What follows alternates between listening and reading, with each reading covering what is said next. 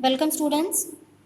This video will bring you meanings of some of the words from your chapter number 1 of your course book, and the chapter's name is Meeting Cezanne, and this is the first part of the video. In the next part you will have some other words. To begin with, the first word, dine, D-I-N-E. It is a verb. The meaning is to have or host a dinner. In your chapter, the word comes in the line, the best customer was coming to dine with some friends.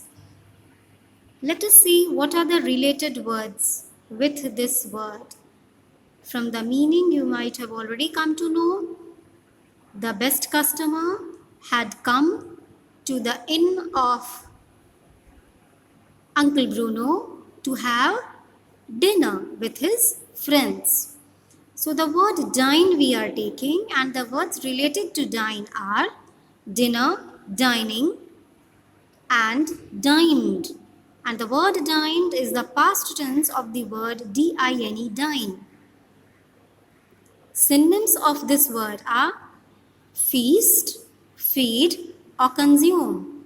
To dine with, that means to feast with, or to feed with, or to consume with someone. I have given two examples here for your better understanding. We dined at a South Indian restaurant. That means we took food, we ate something, we had a feast, we consumed some meal at a South Indian restaurant. I received an invitation to dine with the president. Let's come to the next word, fetch. Fetch means to go to a place or to bring back something or somebody. The word appears in the sentence, go and fetch the logs. And the words related are fetched, which is the past tense of the word fetch, and fetching, the ing form of the same word. Synonyms you can take as bring, collect, pick or get, pick up or get. Examples you can see, my mother sent me to fetch chocolates. That means to bring some chocolates from the market. I fetched my grandparents from the station. That means I went to the station to bring grandparents home. The third word for you here is scrunched. It is a verb which is in the past tense. The present of this word is scrunch. And what is the meaning? To make a loud sound like something being crushed. When you crush something, the sound which comes, that is called scrunch. The word appears in the sentence, I pulled the paper tablecloth off, scrunched it and threw it into the fire. The words related to it are scrunches. Es is added when the subject is singular. The verb is used with es. And scrunching, the ing form of the same word scrunch, of the root word scrunch. Synonyms we have as compress. Again you can understand the same meaning, compress, crunch, rumple, crumple up, squeeze or squash. Examples you can have as Alok scrunched the ticket into a ball. That means he scrunched the ticket he had in hand. Under pressure, the ticket became a ball-like. The candidates scrunched their question papers as a protest. The next word is remnants. It is a noun, a piece or a trace of something left from a larger piece, that is the original piece or amount. And when is that piece left? That piece is left after most of the thing is used, consumed, burnt or gone.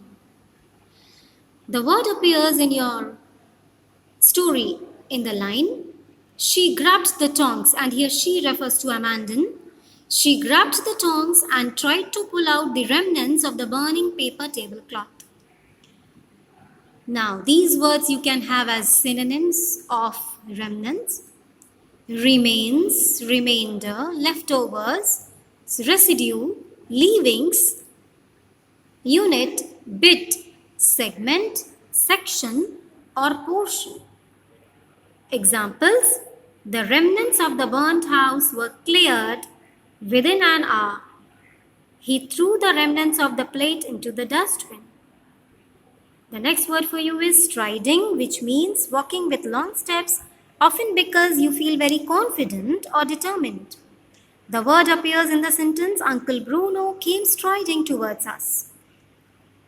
It also has a meaning as a noun. The same word striding as a noun means an elegant way of walking. And the words related to it are stride, which is the root word, and strode, which is the past tense of stride. The synonyms you can have as walk, stroll, wander. As a verb and as a noun, we have two sentences here. The milkman strode up to the house and knocked. As a noun, you have her stride, that is her leisurely way of walking, was marked by all. Another word you have is approached. It means came near. It's a past tense verb of approach. It means came near or towards. I approached as silently as I could. The word appears in this sentence in your story. And the words related are approach, approaching, approachable. And the word approach is used both as noun and verb. Please remember. Synonyms can be had as advanced, proceeded towards, or neared. So, two examples. The first one as a noun has been used. The approach of an unknown aircraft alarmed us. As a verb, my friend approached me for help in mathematics. So these are a few of the words, and part 2 you will have some more. Please revise and stay safe at home. Thank you.